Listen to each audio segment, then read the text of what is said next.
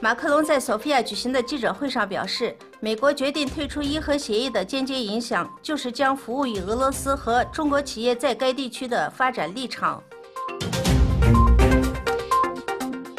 1944年5月11日，苏联红军收复了克里米亚半岛。同一天，国家国防委员会发出了斯大林签署的第5859号决议，下令将全部克里米亚鞑靼人迁往乌兹别克斯坦沙漠，罪名是与德国占领军合作。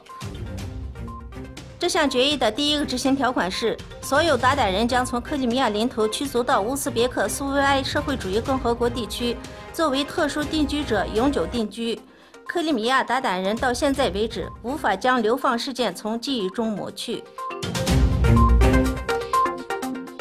哈萨克斯坦能源部新闻办公室通报称，哈萨克斯坦今年前4个月的石油出口量比上一年增长4.3%。欧盟西巴尔干国家领导人会议5月17日在保加利亚首都索菲亚举行，28个欧盟成员国达成一致，在美国总统特朗普宣布美国退出伊核协议之后，统一保留在伊核协议的框架内。俄罗斯国防工业公司首席执行官介绍说，国防企业的市值在过去的10年里增长了3万亿卢比。